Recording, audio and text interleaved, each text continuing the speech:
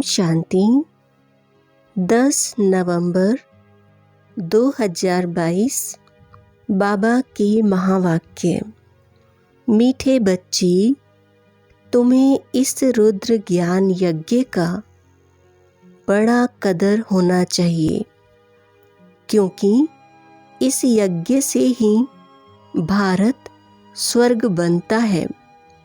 तुम इस यज्ञ की रक्षक हो। प्रश्न: बच्ची, बाप व टीचर को तलाक अथवा फारकती कैसे और कब देते हैं? उत्तर: जब बाप अथवा टीचर को भूल जाते हैं, मुरली मिस करते हैं, पढ़ते व सुनते नहीं हैं, तो गोया बाप को फारकती व तलाक दे देते हैं। बाबा कहते, बच्ची, तुम मुझे तलाक कभी नहीं देना। प्रश्न: तुम्हारा सत्य ज्ञान मनुष्य को मुश्किल समझ में आता है, क्यों? उत्तर: क्योंकि यह ज्ञान परंपरा नहीं चलता है, अभी ही प्रायलोप हो जाता है। इस ज्ञान का किसको पता ही नहीं है। यह नया ज्ञान है, इसलिए उन्हें समझने में मुश्किल लगता है। गीत पितु मात सहायक स्वामी सखा। ओम शांति। जिसके साथ बच्चों का अभियोग है, उनकी बाहर मनुष्य महिमा गाते रहते हैं। तुम उनकी याद में बैठे हो। अपने को आत्मा समझ देह का अभिमान छोड़ एक की ही याद में रहना है। अभी तुम आत्म अभिमानी बने हो, पहले थे देह अभिमानी। सतयुग में तुम बाप को नहीं जानते, क्योंकि सुख में होते हो तो बाप याद नहीं रहता। यहाँ दुखों में हो तब पुकारते हो। गायन भी है, दुख हरता सुख करता। वास्तव में सच्चा सच्चा हरिद्वार यह है। मनुष्य हरि कहते हैं श्री कृष्ण को, वैकुंठ को श्री कृष्ण का हरिद्वार कहते हैं। तुम जानते हो, वास्तव में हरि श्री कृष्ण को नहीं कहेंगे, दुख हरने वाले को हरि कहेंगे। तुम जानते हो, शिव बाबा श्री कृष्ण का द्वार अथवा वैकुंठ सतयुग का द्वार खोलने आया है। कोई मकान बनाते हैं तो कोई ओपनिंग सेरेमनी करते हैं ना, तो बाबा आया है हरिद्वार की सेरेमनी करने। कृष्ण की राजधानी में कंस तो होता नहीं है। बाप द्वारा हम स्वर्ग का वर्षा ले रहे हैं। बाप ही आकर स्वर्ग के स्थापना की सेरेमनी कर रहे हैं। स्थापना को सेरेमनी कहा जाता है।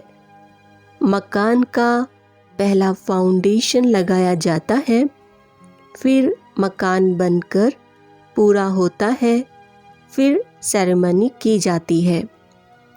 तो बाप फाउंडेशन लगाने आया है। 1937 में फाउंडेशन लगाया, अब फिर तुम स्थापना कर रहे हो। तुमको खुशी है कि बाबा आया है नई दुनिया स्थापन करने, और हम नई दुनिया में जा रहे हैं। इस पृथ्वी पर स्वर्ग था, अब फिर स्थापन कर रहे हैं। हर एक को पैगाम दे रहे हैं। धर्म स्थापक को पैगंबर कहा जाता है ना। सच्चा सच्चा पैगाम मैं ही देता हूँ। मैं ही राजयोग सिखलाकर स्वर्ग की स्थापना करा रहा हूँ। बाप समझाते हैं कि मैं वेद शास्त्रों से नहीं मिलता हूँ। यह सब भक्ति मार्ग के शास्त्र हैं। भक्ति मार्ग की बहुत सामग्री है। जन्म जन्मांतर से तुम भक्ति करते आए हो। अब ज्ञान सुनो। फिर सतयुग में ज्ञान नहीं सुनेंगे। कहा जाता है ज्ञान अंजन सतगुरु दिया। सतयुग में अंधकार है नहीं जो भक्ति करें। बाप से ज्ञान लो, फिर भक्ति नहीं रहेगी। तुम जानते हो रावण राज्य किसको कहा जाता है, राम राज्य किसको कहा जाता है। तुमको सारी रोशनी मिली है क्योंकि बाप जगाते हैं। अब देखो दीपावली मनाते हैं। उसमें दीपक कोई छोटे कोई बड़े बनाते हैं। अब यह छोटे बड़े दीपक जग रहे हैं ना। ज्ञान का घृत मिल रहा है। मनुष्य मरते हैं तो दीपक में घृत डालते रहते हैं कि प्राणी अंधियारे में ठोकरें ना खाएं। वह है हद की बातें, तुम्हारी हैं बेहद की बातें। जब रावण राज्य शुरू होता है तो ठोकरें खाना शुरू होती हैं। अभी दिन प्रतिदिन अधिक ही ठोकरें खाते रहते हैं। पहले एक की भक्ति करते, अब तो मनुष्यों की टिवाटे की भक्ति करते हैं। भक्ति की बहुत सामग्री है। जितनी वृक्ष की सामग्री है, बीज से कितना बड़ा वृक्ष निकलता है, भक्ति भी इतनी है। ज्ञान है बीज। यह सृष्टि तो अनादि अविनाशी है। इनका कब विनाश नहीं होता। यह सृष्टि चक्र लगाती रहती है। बीज भी एक है तो झाड़ भी एक है। ऐसे नहीं आकाश में, पाताल में, सूर्य में, चांद में दुनिया है। यह तो साइंस वाले चंद्रमा में जाकर रहने की कोशिश करते हैं, परंतु यह नहीं जानते कि साइंस से सारी दुनिया का विनाश होना है और राज्य तुम ले लेंगे। तुम कहेंगे यह भी ड्रामा में नोंद है। दूसरे इन बातों को समझेंगे नहीं। राजाई तुमको मिलनी है क्योंकि कनेक्शन है कृष्णपुरी और क्रिश्चियनपुरी का। इन्होंने भारतवासियों को आपस में लड़ाकर कृष्णपुरी को क्रिश्चियनपुरी बनाया। अब बाप कहते हैं हिसाब लेना है। इनको आपस में लड़ाकर माखन तुमको देते हैं अथवा तुमको विश्व का मालिक बनाते हैं। यह आपस में लड़ेंगे जरूर। वह समझते हैं हम पहलवान, वह कहते हैं हम पहलवान। हम जीतेंगे, लेकिन सबसे पहलवान तो तुम निकल पड़े हो। जीत तुम्हारी होनी है। महावीर और महावीरनी कहा जाता है। बाप कहते हैं माया के तूफान तो आएंगे, परंतु कर्म में नहीं आना। योग बल से स्थापना हो रही है और बाहुबल से विनाश हो रहा है। उठते बैठते चलते फिरते बाप को याद करना है। इसको कहा जाता है योग बल। फिर ज्ञान बल कहा जाता है। ज्ञान बल क्यों कहा जाता है? क्योंकि शास्त्रों में बल नहीं है। उनसे कोई को मुक्ति, जीवन मुक्ति नहीं मिल सकती, इसलिए उनको ज्ञान नहीं कहा जाता। भक्ति के शास्त्र कहेंगे। ज्ञान का कोई शास्त्र होता नहीं। अब जो राम के पुस्तक बने हैं व जो भी शास्त्र आदि हैं, सब लड़ाई में खत्म हो जाएंगे। झूठी गीता, सच्ची गीता सब खत्म हो जाएगी, क्योंकि सद्गति मिल जाती है, सब कामनाएं पूरी हो जाती हैं, कोई कामना रहेगी नहीं। अब तुम 84 के चक्र को जानते हो। तुम अभी बेअंत नहीं कहेंगे। बेअंत कहते हैं नास्तिक, कहते हैं गॉड फादर, परंतु नाम रूप देश काल कर्तव्य को नहीं जानते। तुम उनके नई दुनिया की स्थापना, पतितों को पावन करने के कर्तव्य को जान गए हो। मनुष्य तो रावण को जलाते हैं। तुमको तो अब हंसी आती है। जन्म जन्मांतर तुम भी रावण को जलाते थे। अभी तो रावण राज्य का विनाश होना है। फिर आती है दीपावली, वहाँ घोर सोझरा है, उसको राम राज्य कहते हैं।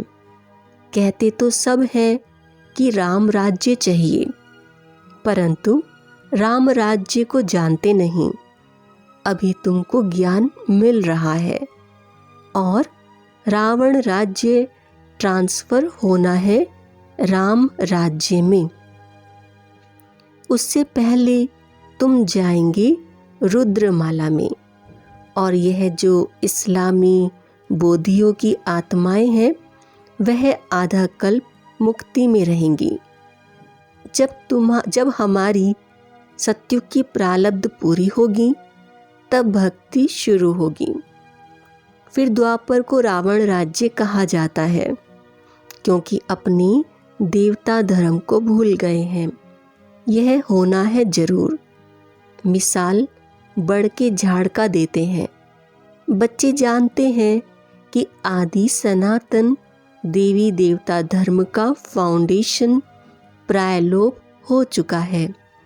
सब धर्म भ्रष्ट, कर्म भ्रष्ट हो गए हैं। जब देवी देवता धर्म स्थापन हो तब यह सब धर्म विनाश हो जाए। कहते भी हैं अनेक अधर्म विनाश, एक सत्य धर्म की स्थापना हो। यहाँ वर्षा पाने का तुम पुरुषार्थ कर रहे हो। जो धारणा करेंगे कराएंगे वह ऊंच पद पाएंगे।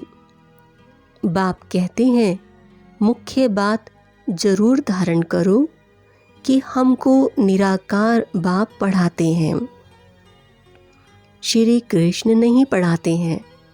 चित्र भी बनाया है, एक तरफ श्री कृष्ण का चित्र, दूसरी तरफ शिव का। पूछना है अब बताओ गीता का भगवान कौन? जज करो। तुमको समझाने में बहुत सहज होगा कि गीता का भगवान श्री कृष्ण नहीं शिव है। तुमको मालूम है गीता का ज्ञान फिर से बाप दे रहे हैं। गीत में भी है गीता का ज्ञान फिर से सुनाना पड़े। गीत तो तुमने नहीं बनाए हैं, बनाने वाले तो मनुष्य ही हैं, परंतु अर्थ को नहीं जानते।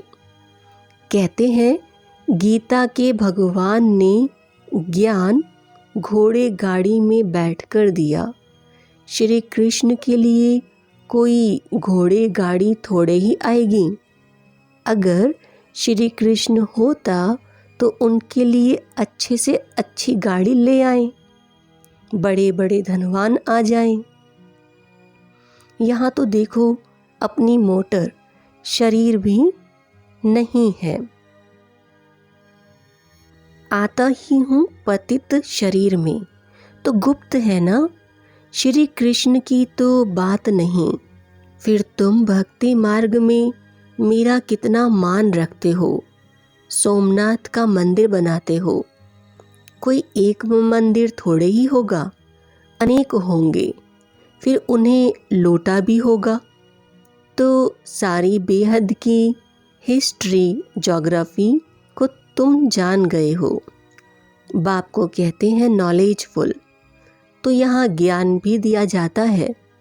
पढ़ाई भी पढ़ाई जाती है। ज्ञान है मन मना भव, इससे सद्गति होती है। फिर मध्याजी भव की पढ़ाई पढ़ाते हैं। टीचर और गुरु का पाठ इकट्ठा चलता है। सारे वर्ल्ड की हिस्ट्री ज्योग्राफी तुमको पढ़ाते हैं। सच्ची सच्ची नंस तुम हो, क्योंकि तुम एक को याद करती हो। नंस को गले में क्रॉस पड़ा रहता है, क्राइस्ट को याद करती हैं। समझती हैं क्राइस्ट गॉड का बच्चा था। तुम जानते हो कि क्राइस्ट कोई गॉड का बच्चा नहीं था, क्राइस्ट की आत्मा गॉड का बच्चा थी। ऐसे तो हम सभी हैं। बाप आकर 3 धर्म स्थापन करते हैं। तुम ऊंचते ऊंची चोटी ब्राह्मण हो, क्योंकि तुम ऊंचते ऊंच विश्व की सेवा करते हो। मनुष्य को आत्मा का ज्ञान देते हो। तुम आत्मा को बाप से वर्षा मिलता है। बरोबर बाप कल्प कल्प के संगम युगी वर्षा देने आते हैं। शास्त्रों में तो युगे युगे लिख दिया है, कल्प अक्षर बीच से निकाल दिया है। उनका नाम ही है पतित पावन। तो युगे युगे आकर क्या करेंगे? कल्प में एक बार आकर पावन बनाकर चले जाते हैं। तो बाप कहते हैं मुझे तलाक मत देना। आजकल स्त्रियां पति को तलाक दे देती हैं। वैसे हिंदू नारी पति को कभी तलाक नहीं देती थी। तुमको मुरली सुननी है जरूर। मुरली नहीं सुनते हो तो गोया बाप टीचर को भूल जाते हो। यह भी जैसे तलाक हो गया। तुमको भी कितना अटेंशन देना है। अब ना पास होंगे तो कल्प कल्पांतर ना पास होंगे। अंत में सबको मालूम पड़ जाएगा कि किस किस ने कितनी पढ़ाई पढ़ी थी। सब कहते हैं कि शांति चाहिए, गोया मुक्ति चाहते हैं। कहते हैं कि दुख में सिमरण सब करें, तो आधा कल्प सुख और आधा कल्प दुख है। सुख दुख का खेल भारत पर ही है। तुम तो कहेंगे हम ही देवता, हम ही क्षत्रिय, तो हम सो का अर्थ भी तो कोई नहीं जानते हैं। तो बाप कहते हैं मन मना भव, मध्याजी भव। खुद धारण कर औरों को धारण कराएं तो अहो सौभाग्य। याद से ही विकर्म विनाश होंगे। कहाँ गंगा में स्नान करना, कहाँ योग में रह पावन बनना। बच्चों को यज्ञ के पैसे की बहुत कदर होनी चाहिए, क्योंकि इससे भारत स्वर्ग बनता है। बाप है गरीब निवाज। गरीबों की पाई पाई पड़ेगी तब वह साहूकार बनेंगे। स्वर्ग में हेल्थ वेल्थ हैप्पीनेस है। अगर हेल्थ वेल्थ है तो हैप्पीनेस भी है। अगर हेल्थ हो वेल्थ ना हो तो हैप्पीनेस हो नहीं सकती। सतयुग में हेल्थ वेल्थ है तो सदैव हैप्पी रहते हैं, वहाँ कभी रोते नहीं हैं। तो तुमको भी यहाँ रोना नहीं है, परंतु माया के तूफान मुरझा देते हैं। हेल्थ मिलती है हॉस्पिटल से और वेल्थ मिलती है पढ़ाई से। तो देखो मेरे बच्चे कितने गरीब हैं।